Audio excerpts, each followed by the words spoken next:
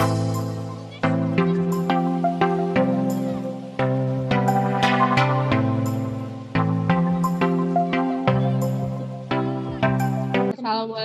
warahmatullahi wabarakatuh dan selamat siang.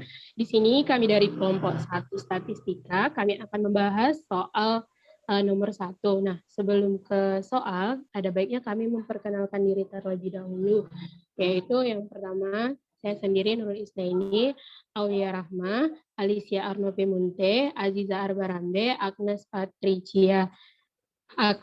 Florida Patricia Saragi, Enda Putri Boru Tarigan, dan Tiomelda Simarmata. Di sini kami dari kelas PSPK 20E. Nah, langsung saja ke soal nomor 1. Di sini soalnya berbunyi, suatu penelitian telah dilakukan untuk mengetahui pengaruh persentase kandungan parasetamol dalam obat penurun panas terhadap waktu yang diperlukan untuk menurunkan panas dari 39 derajat menjadi 37 derajat. Untuk keperluan ini telah dipilih secara acak 25 penderita sakit panas dengan suhu 39 derajat.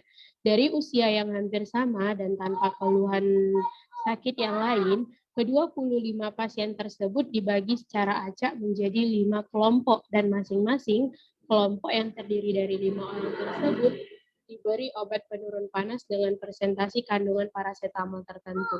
Berikut data tentang waktu dalam jam yang diperlukan oleh para pasien tersebut sampai dengan panas badan mereka turun menjadi 37 derajat. Nah, berikut ini adalah tabel dari kadar parasetamol. Dari tabel ini ditentukan apakah ada pengaruh presentasi kandungan parasetamol dalam obat penurun panas terhadap waktu yang diperlukan untuk menurunkan panas dari 39 derajat menjadi 30 derajat gunakan taraf nyata 0,0. Nah, di sini kami akan menjelaskan dengan 2 tahap. Yang pertama menggunakan SPSS dan yang kedua dengan menghitung dengan cara manual.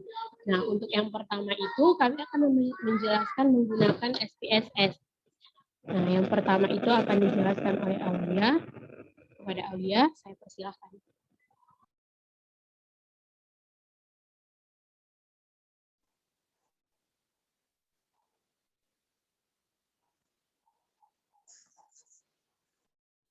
Baiklah, di sini saya akan mencoba menggunakan SPSS pada soal nomor 1. Di mana kan kita ketahui tadi yang diketahui itu kadar parasetamol dan nilainya. Maka pada yang pertama ini kita buat di variabel view-nya adalah kadar parasetamol.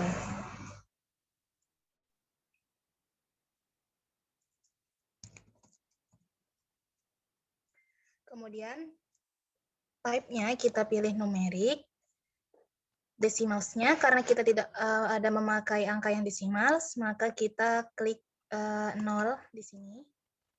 Kemudian kita buat label karena kadar parasetamol terdiri atas banyak label. Maka dari itu yang pertama di sini, value yang pertama itu kita tulis labelsnya itu 40%. Kemudian kita tambahkan. Kemudian yang kedua itu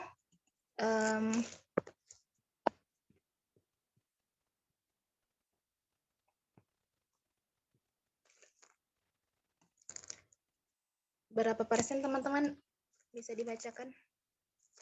50%.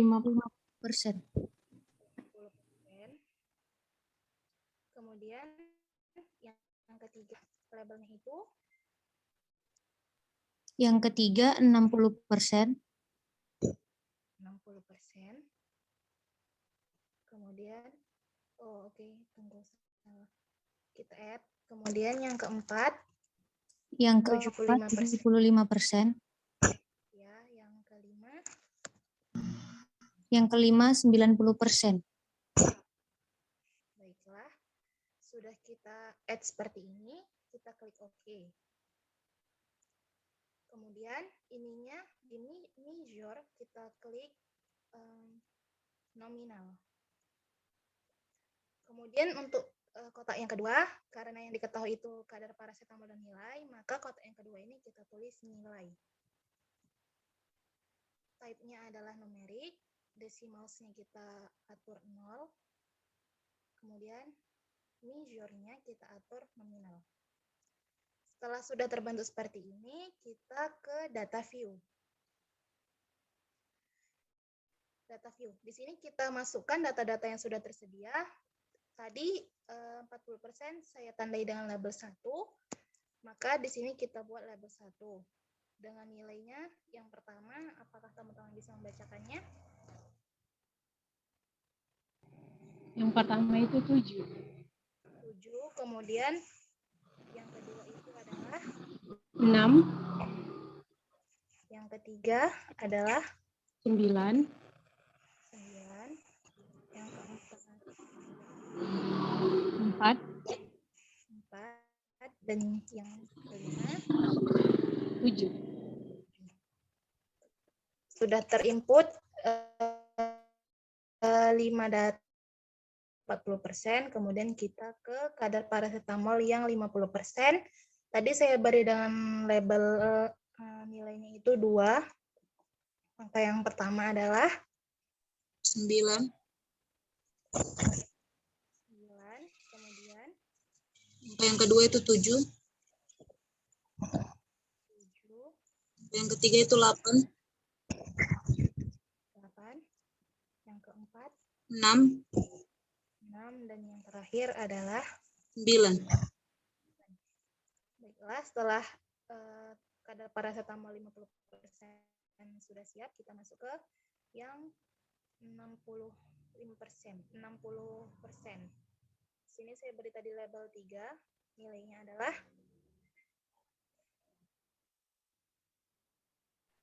5. 5, kemudian 4 ya, 4. 4. Yang ketiga 8. 8, 6. 6, Dan yang terakhir 3. 3. Baiklah, kita ke label yang keempat.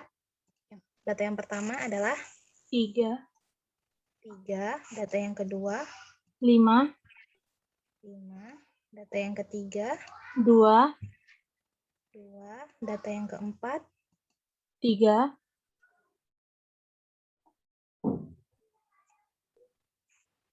3, 3, dan yang terakhir 7. Baiklah, kita masuk ke label yang kelima. Angka pertamanya adalah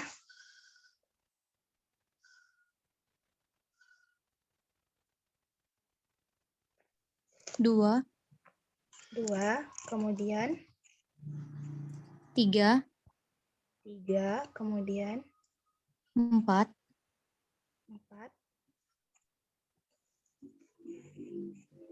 4, yang kemudian 1, 1, dan yang terakhir 4. 4. Baiklah, sesudah kita menginput datanya seperti ini, kita blok semuanya.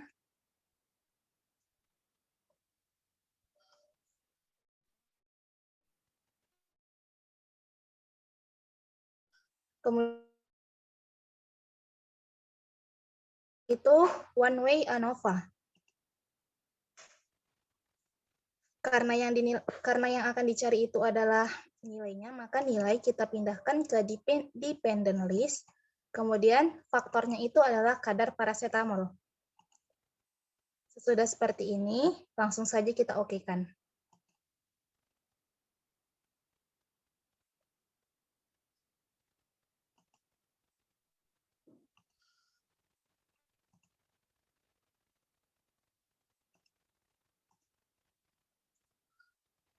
Baiklah, dapat kita lihat dari data yang sudah kita input tadi, bahwasanya nilai F-nya itu 6,896, dan signifikannya adalah 0,001, dan DF-nya 4, 20, dan 24.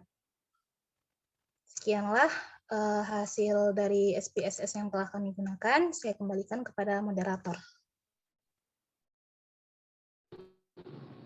Baiklah, terima kasih kepada Aulia yang telah memaparkan bagaimana cara-cara penggunaan SPSS untuk mencari kadar paracetamol ini. setelah kita mendapatkan data dari SPSS tadi, nah dari sini kita coba untuk menghitung cara manualnya.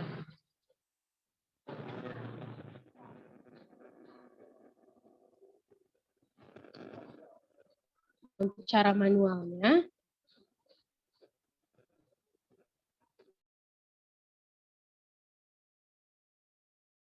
ada Alicia, dipersilakan.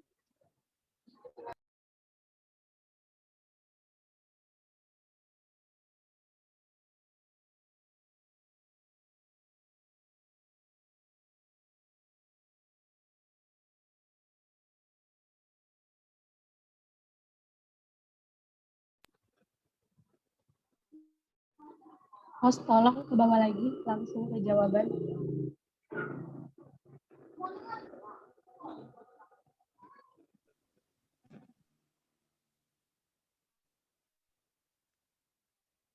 Baik, terima kasih kepada moderator.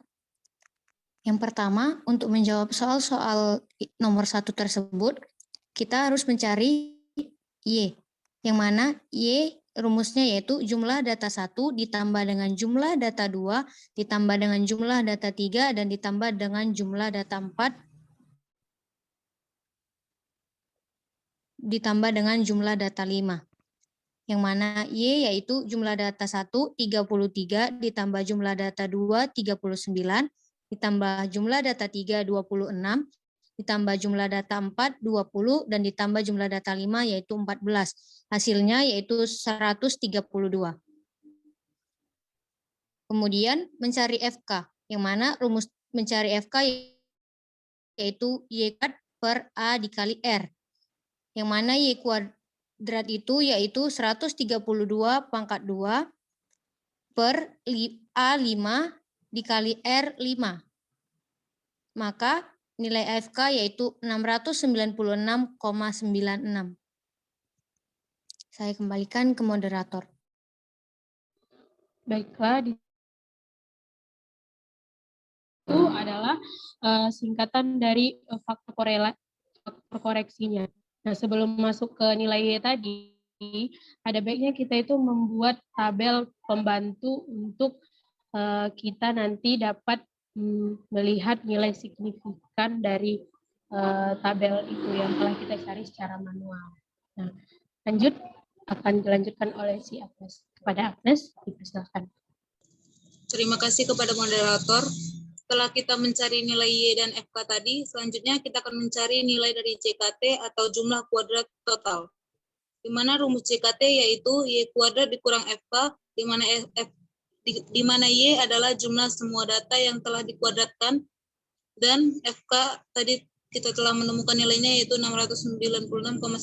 Maka kita masukkan jumlah semua datanya dikuadratkan yaitu 7 kuadrat ditambah 6 kuadrat ditambah 9 kuadrat ditambah sampai dengan 4 kuadrat ditambah 1 kuadrat ditambah 4 kuadrat dikurang FK-nya 696,96, maka hasilnya sama dengan 137,04. Selanjutnya kita akan mencari JKP-nya atau jumlah kuadrat galannya dengan rumus Y kuadrat per R dikurang FK. Maka kita masukkan nilai Y kuadrat 33 kuadrat ditambah 39 kuadrat ditambah 26 kuadrat ditambah 20 kuadrat ditambah 14 kuadrat per R-nya 5 dikurang FK-nya 696,96, maka kita dapatkan hasilnya 79,44. Saya kembalikan kepada. Baiklah, terima kasih kepada Agnes. Selanjutnya akan dijelaskan oleh Aziz. Akan dijelaskan oleh Endah. Kepada Endah. Terima kasih kepada moderator. Selanjutnya kita akan menghitung JKG. Rumus dari JKG itu sendiri yaitu JKT dikurang JKP, di mana JKT-nya telah diketahui di atas 137,04 dikurang 74,44 yang merupakan nilai dari JKP dan hasilnya sama dengan 57,6. Selanjutnya itu kita menghitung JKTP dengan rumus JKG per DBP. P itu merupakan perlakuan yang diketahui pada tabel sebanyak 4. Jadi 79,44 per 4 sama dengan 19,86. Untuk soal selanjutnya akan dibacakan, saya serahkan pada moderator. Baiklah, terima kasih kepada Indah. Nah, selanjutnya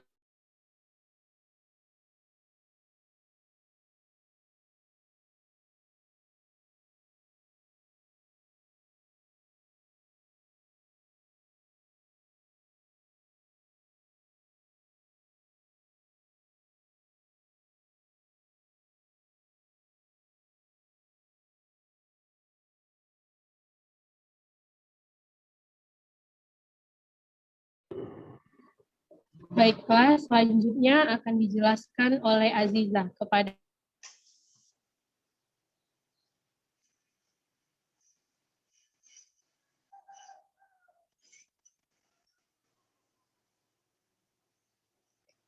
Baiklah, saya akan menjawab selanjutnya, yaitu kemudian kita akan menghitung rumus dari KTG, di mana rumus KTG adalah JKG dibagi DB sama dengan 57,6 dibagi 20 sama dengan 2,88. Kemudian kita menghitung F hitung, di mana rumusnya itu KTP dibagi KTG, sama dengan 19,86 dibagi 2,88, dengan hasil 6,8958 6,8958. Baiklah, saya kembalikan kepada moderator. Terima kasih kepada Aziza yang telah menjelaskan. Nah, di sini tadi adalah beberapa langkah-langkah yang harus dilakukan untuk mencari nilai dari paracetamol ini, kadar paracetamol ini. Nah, setelah mengetahui semuanya, baru masuk ke dalam F-tabel. Bagaimana cara mencari F-tabel ini? Kita lihat di tabel yang telah tersedia kepada host.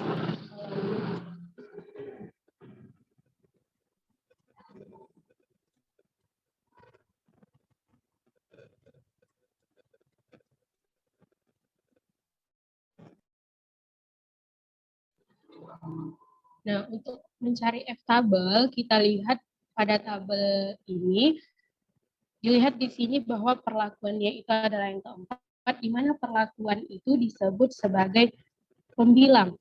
Maka kita lihatlah yang di atas keempat, dan penyebutnya itu kita lihat yang galatnya adalah 20, maka penyebutnya yang ke-20. Kita lihatlah yang tabel dari 4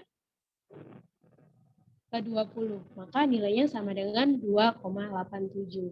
Nah, maka F-tabelnya adalah 2,87. Selanjutnya akan dijelaskan oleh Tiomelda. Kepada Tiomelda dipersilakan. Baiklah, terima kasih kepada moderator. Nah, hasil dari perhitungan di atas kita masukkan ke dalam tabel. Pertama, sumber variansi. Dalam perlakuan, DB-nya itu adalah 4. JK perlakuannya adalah 79,44. KT perlakuannya 19,86. F hitungnya pada perlakuan 6,8958. F tabel pada perlakuan 2,87. Sumber variansi yang kedua galat, yaitu DB-nya sama dengan 20, JK sama dengan 57,6, KT sama dengan 2,88, F hitungnya tidak ada, dan F tabel juga. Yang ketiga total.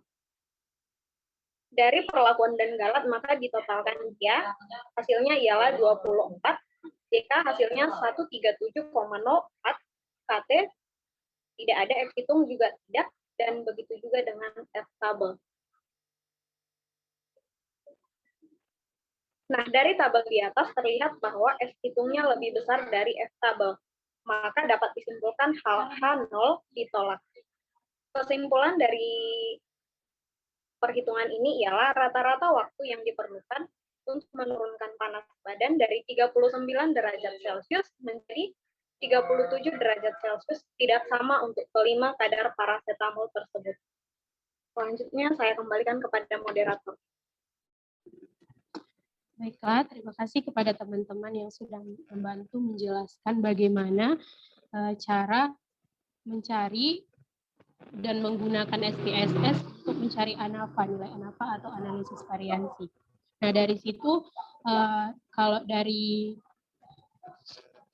kesimpulan dari yang manual tadi, HO-nya ditolak. Untuk yang output dari SPSS tadi, bisa ditampilkan, Mas.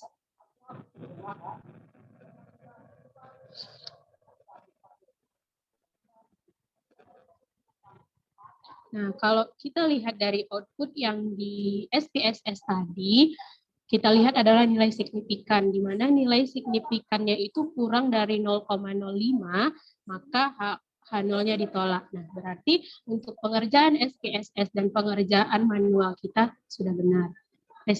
Pengerjaan manual kita sudah benar karena sama kesimpulannya dengan SPSS. Baiklah, sekian hasil presentasi kami dari kelompok 1 pada hari ini. Apabila ada kata-kata yang salah, kami mohon maaf. Atas segala kekurangannya, kami mohon maaf dan mohon undur diri. Saya akhiri. Wassalamualaikum warahmatullahi wabarakatuh dan selamat siang.